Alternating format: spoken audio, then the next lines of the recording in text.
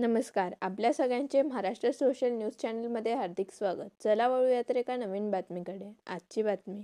धुळे जिल्ह्यात आयोजित राष्ट्रीय लोक अदालतीत तब्बल 11,000हून अधिक प्रकरणांचा समोपचाराने निपटारा करण्यात आला. या माध्यमातून 18,53,00,000 रुपयांची वसुली आणि नुकसान भरपाई वाटप करण्यात आले. मोटार अपघात, बँक थकबाकी, कौटुंबिक वाद आणि वीज प्रकरणांसह विविध प्रकरणे निकाली काढण्यात आली. नमस्कार. आज 9 मे 2026. आज 2026चं दुसरं लोक अदालत आहे आणि आज धुळे जिल्ह्यामध्ये यशस्वीरित्या लोक अदालतीचे कामकाज सुरू आहे. इथे 9 पॅनल ठेवलेले आहेत. विविध पॅनलमध्ये आपले पक्षकार आणि त्यांचे वकील मंडळी त्या पद्धतीने कामकाज सुरू आहे आणि बरेच प्रकरणं मिटत देखील आहेत.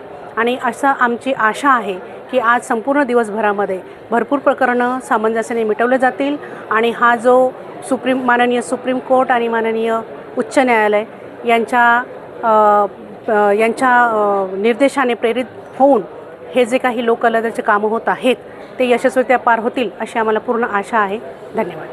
बातमी आवडल्यास चॅनलला लाईक व सबस्क्राईब करा व दररोज अशा नवनवीन बातम्या पाहण्यासाठी चॅनलला फॉलो करा. धन्यवाद.